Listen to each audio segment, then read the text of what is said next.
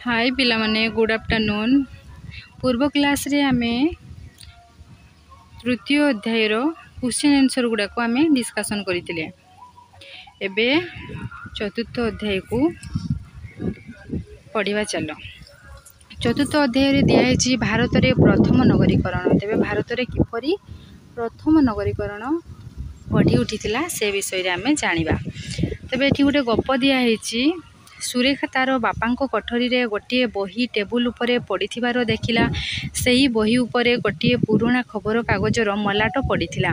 सेथिरे गोटे खबर लेखा थिला, भारतीय प्रत्नतत्त्वविद माने हरियाणार बेबुआ ग्रामरू हरप्पा सभ्यतार लोकंकर 10टी कंकाल आविष्कार करिसंती। सुरेखा ता बापांकु प्रश्न कला, हरप्पा सभ्यता कौन? उत्तर रे बापा जहा कहिले आस सुनिबा। तेबे सुरेखा ता बापांकु क्वेश्चन करिछि जे सभ्यता कहिले कौन बुझ। तेबे पिला माने आपण मानकु भी मु कहबा पई चाहूछि, आपण माने सभ्यता कहिले कौन बुझ तेबे मते कमेंट बॉक्स रे निहाती जणैबे। तेबे चलो आगो को बढ़िबा। नूतन प्रस्तर जुगरे चाष कार्य और पशुपालन जोगु लोक माने धीरे धीरे स्थायी भाव में एकाठी बसवास करने को लगिले। तेबे नूतन प्रस्तर जुगरे चाष कार्य और पशुपालन करने हेतु लोक माने कौन कले ना जाजाबर जीवन यापन को छाड़िकी से स्थायी भाव में गोटे जगार गोष्ठीगत भाव में से रहा आरंभ कले। फल ग्रामीण जीवन आरंभ है। तेबे फल ग्रामीण जीवन आरंभ है। भारत महादेश रे नूतन प्रस्तर जुगर बसती गुड़िक प्रथमे सिंधु नदीर पश्चिम पटरे आरंभ है। तेबे पिला माने मने रखिबो ना, नूतन प्रस्तर जुगर बसती गुड़िक प्रथमे सिंधु नदीर पश्चिम पटरे आरंभ है एवं परे अन्य अंचल रे गढ़ी उठिला। तेबे पाकिस्तान रो मेहरगढ़ ठारे नूतन प्रस्तर जुगर संस्कृति प्रथमे विकास लाभ करिथिबा प्रत्नतत्त्वविद माने विश्वास करती। तेबे पाकिस्तान रो मेहरगढ़ ठारे नूतन प्रस्तर जुगर संस्कृति प्रथमे विकास लाभ करिथिला बोली यह प्रत्नतत्त्वविद माने विश्वास करती। कृषिर विकास और धातुर व्यवहार जोगु केतेक बसती सहर और नगर रे परिणत हैला। तेबे कृषिर विकास और धातुर व्यवहार जोगु ना कौन हैला ना केतेक बसती सहर और नगर रे परिणत हैला।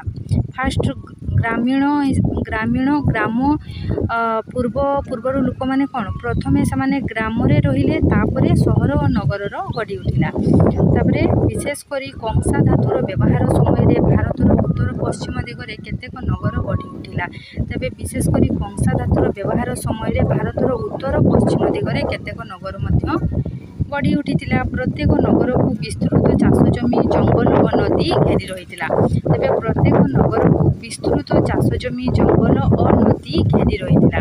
कालक्रमे सही नगर गुड़िक ध्वंस पाई माटी तले पति गला। तेबे समय क्रमे सही नगर गुड़िक कौन हैला ना ध्वंस पाईगला माटी तले। प्रत्नतत्त्वविद माने माटी खड़ी सेगुड़ी को उद्धार कले। तेबे प्रत्नतत्त्वविद माने कौन कले ना माटी खड़ी की से गुड़ाक उद्धार कले। से सिंधु नदी उपत्यकार विभिन्न स्थान खड़ी 2टी प्राचीन सहर उद्धार करथिले। ताने से प्रत्नतत्त्वविद माने कौन कले ना माटी खड़ी की से गुड़ाक उद्धार कले एवं सिंधु नदी उपत्यकार विभिन्न स्थान खड़ी 2टी प्राचीन सहर से उद्धार करथिले। एही सहर 2टी होउची हरप्पा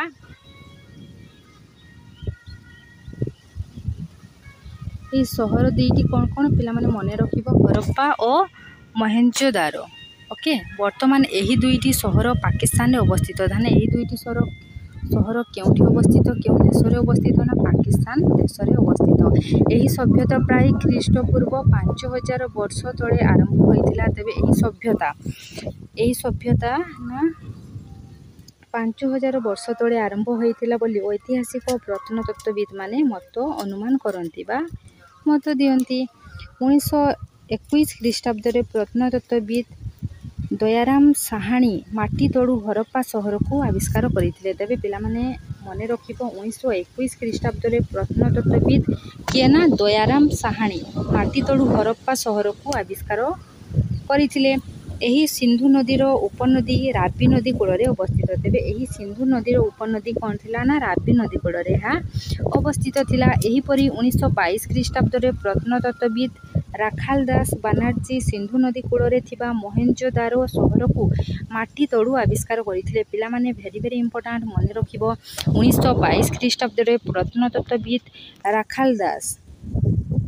ରାଖାଲ ଦାସ ବାନାର୍ଜୀ ସିନ୍ଧୁ ନଦୀ କୂଳରେ ଥିବା ମହେଞ୍ଜୋଦାରୋ ସହରକୁ ମାଟି ତଳୁ ଆବିଷ୍କାର କରିଥିଲେ। ମହେଞ୍ଜୋଦାରୋର ଅର୍ଥ ମୃତ ନଗରୀ। ପିଲାମାନେ ମନେ ରଖିବ ମହେଞ୍ଜୋଦାରୋ ଅର୍ଥ ହେଉଛି ମୃତ ନଗରୀ। ହରପ୍ପା ଠାରୁ ମହେଞ୍ଜୋଦାରୋର ଦୂରତା ପ୍ରାୟ 350 କିଲୋମିଟର। ମନେ ରଖିବ। କିନ୍ତୁ ଏହି ଦୁଇଟି ସହର ମଧ୍ୟରେ ଅନେକ ସାମଞ୍ଜସ୍ୟ ରହିଅଛି। ତାପରେ ହରପ୍ପା ଓ ମହେଞ୍ଜୋଦାରୋର ସହର ଦୁଇଟି ସିନ୍ଧୁ ନଦୀ ଉପତ୍ୟକାରେ ଅବସ୍ଥିତ ହୋଇଥିବାରୁ ଏହାକୁ ସିନ୍ଧୁ ସଭ୍ୟତା ମଧ୍ୟ କୁହାଯାଏ। ତେବେ ମନେ ରଖିବ ପିଲାମାନେ ସିନ୍ଧୁ ସଭ୍ୟତା କାହାକୁ କୁହାଯାଏ? ହରପ୍ପା ଓ ମହେଞ୍ଜୋଦାରୋ ସହର ଦୁଇଟି ସିନ୍ଧୁ ନଦୀ ଉପତ୍ୟକାରେ ଅବସ୍ଥିତ ହୋଇଥିବାରୁ ଏହାକୁ ସିନ୍ଧୁ ସଭ୍ୟତା କୁହାଯାଏ।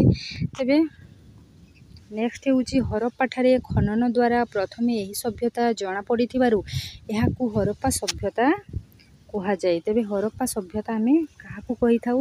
ନା ହରପ୍ପାଠାରେ ଖନନ ଦ୍ୱାରା ପ୍ରଥମେ ଏହି ସଭ୍ୟତା ଜଣାପଡ଼ିଥିବାରୁ ଏହାକୁ ହରପ୍ପା ସଭ୍ୟତା କୁହାଯାଏ। ଏହି ହରପ୍ପା ସଭ୍ୟତାର କାଳ ନିରୂପଣ ନିର୍ଦ୍ଦିଷ୍ଟ ଭାବରେ ସ୍ଥିର କରାଯାଇ ପାରିନାହିଁ।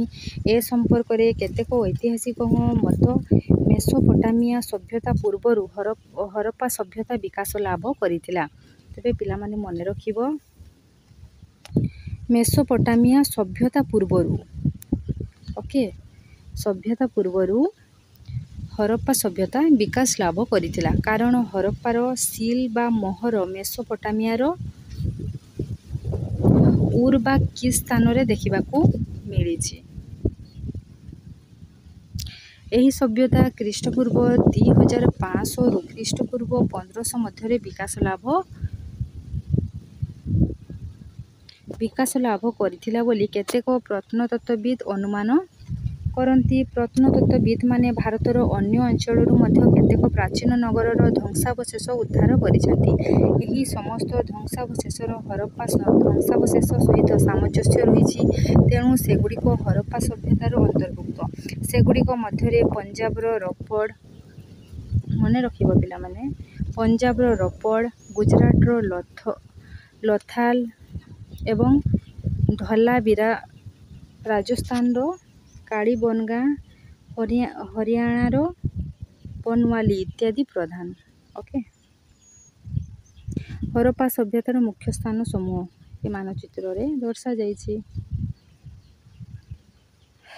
ନେକ୍ସଟ ହେଉଛି ନଗର ପରିକଳ୍ପନା। ହରପ୍ପା ସଭ୍ୟତାର ମୁଖ୍ୟ ବୈଶିଷ୍ଟ୍ୟ ହେଉଛି ନଗର ନିର୍ମାଣ। ତେବେ ପିଲାମାନେ ମନେ ରଖିବ ହରପ୍ପା ସଭ୍ୟତାର ମୁଖ୍ୟ ବୈଶିଷ୍ଟ୍ୟ କ'ଣ? ନା ନଗର ନିର୍ମାଣ କରିବା।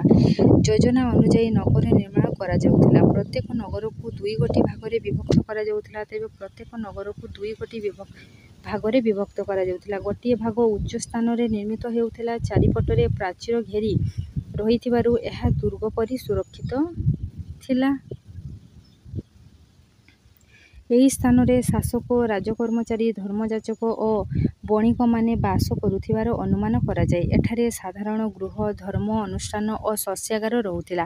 ଦ୍ୱିତୀୟ ଭାଗଟି ଏହାର ତଳ ଭାଗକୁ ଅର୍ଥାତ୍ ପାଦଦେଶରେ ଅବସ୍ଥିତ ଥିଲା। ଦ୍ୱିତୀୟ ଭାଗଟି ପାଦଦେଶରେ ଅବସ୍ଥିତ ଥିଲା। ଏଠାରେ ସାଧାରଣ ଲୋକ, କୃଷକ, ଶ୍ରମିକମାନଙ୍କର ବାସଗୃହ ଥିଲା। ନଗରର ପରିକଳ୍ପନା ଆଧୁନିକ ନଗର ପରି ଉନ୍ନତ ଥିଲା। ଦୀର୍ଘ ଓ ପ୍ରଶସ୍ତ ରାସ୍ତା ସିଧା ଭାବରେ ସହରର ମଧ୍ୟ ଭାଗରେ ଲମ୍ବିଥିଲା। ଏହି ରାସ୍ତାର ଶାଖା ରାସ୍ତାଗୁଡ଼ିକ ପରସ୍ପରକୁ ସମକୋଣରେ ଛେଦ କରୁଥିଲା। ରାସ୍ତାଗୁଡ଼ିକ ଉତ୍ତରରୁ ଦକ୍ଷିଣକୁ ଓ ପୂର୍ବରୁ ପଶ୍ଚିମକୁ ଲମ୍ବି ଯାଇଥିଲା। ପିଲାମାନେ ମନେ ରଖିବ ନା ରାସ୍ତାଗୁଡ଼ିକ ପରସ୍ପରକୁ ସମକୋଣରେ ଛେଦ କରୁଥିଲା। ରାସ୍ତାଗୁଡ଼ିକ ଉତ୍ତରରୁ ଦକ୍ଷିଣକୁ, ପୂର୍ବରୁ ପଶ୍ଚିମକୁ ଲମ୍ବି ଥିଲା। ମହେଞ୍ଜୋଦାରୋର ମୁଖ୍ୟ ରାସ୍ତା 800 ମିଟର ଲମ୍ବ ଓ ପ୍ରସ୍ଥ 10 ମିଟର ଥିଲା। ପିଲାମାନେ ଏଟା ବି ଇମ୍ପୋର୍ଟାଣ୍ଟ ମନେ ରଖିବ। ମହେଞ୍ଜୋଦାରୋର ମୁଖ୍ୟ ରାସ୍ତା 800 ମିଟର ଲମ୍ବ ଏବଂ ପ୍ରସ୍ଥ ହେଉଛି 10 ମିଟର। ରାସ୍ତାର ଉଭୟ ପାର୍ଶ୍ୱରେ ଜଳ ଓ ଆବର୍ଜନା ଯିବା ପାଇଁ ପକ୍କା ନାଳ ରହିଥିଲା। ରାସ୍ତାଗୁଡ଼ିକ ଯୋଗୁଁ ସମଗ୍ର ସହର ବର୍ଗକ୍ଷେତ୍ର ଓ ଆୟତକ୍ଷେତ୍ରରେ ବିଭକ୍ତ ହୋଇଥିଲା। ତେବେ ରାସ୍ତାଗୁଡ଼ିକ ଯୋଗୁଁ ସମଗ୍ର ସହର ବର୍ଗକ୍ଷେତ୍ର ଓ ଆୟତକ୍ଷେତ୍ରରେ ବିଭକ୍ତ ହୋଇଥିଲା। ତେବେ ଏଇ ଚିତ୍ରଟି ପିଲାମାନେ ଦେଖୁଥିବ, ଏଇଟା ନଗର ଗଠନର ପ୍ରଣାଳୀ। ଓକେ, ତେବେ ପର କ୍ଲାସ୍ଟି ଆମେ ବାସଗୃହ ବିଷୟରେ ପଢ଼ିବା। ଆଶା କରେ ମୁଁ ଯାହା ବି କିଛି ପଢ଼େଇଛି ଆପଣମାନେ ବୁଝିପାରିଥିବେ। ଯଦି ଆପଣମାନଙ୍କୁ এই ଭିଡ଼ିଓଟି ଭଲ ଲାଗିଥିବ ତେବେ ଲାଇକ୍, ସେୟାର, କମେଣ୍ଟ ଏବଂ ସବସ୍କ୍ରାଇବ୍ କରିବା ପାଇଁ ଜମା ଭୁଲିବେନି। ତେବେ ପିଲାମାନେ ପରବର୍ତ୍ତୀ କ୍ଲାସ୍ଟି ବାସଗୃହ ବିଷୟରେ ପଢ଼ିବା। ତେବେ ରହୁଛି ପିଲାମାନେ, ଥ୍ୟାଙ୍କ ୟୁ, ଜୟ ଜଗନ୍ନାଥ। ଆଶା କରେ ଆପଣମାନଙ୍କୁ এই ଭିଡ଼ିଓଟି ଭଲ ଲାଗିଥିବ।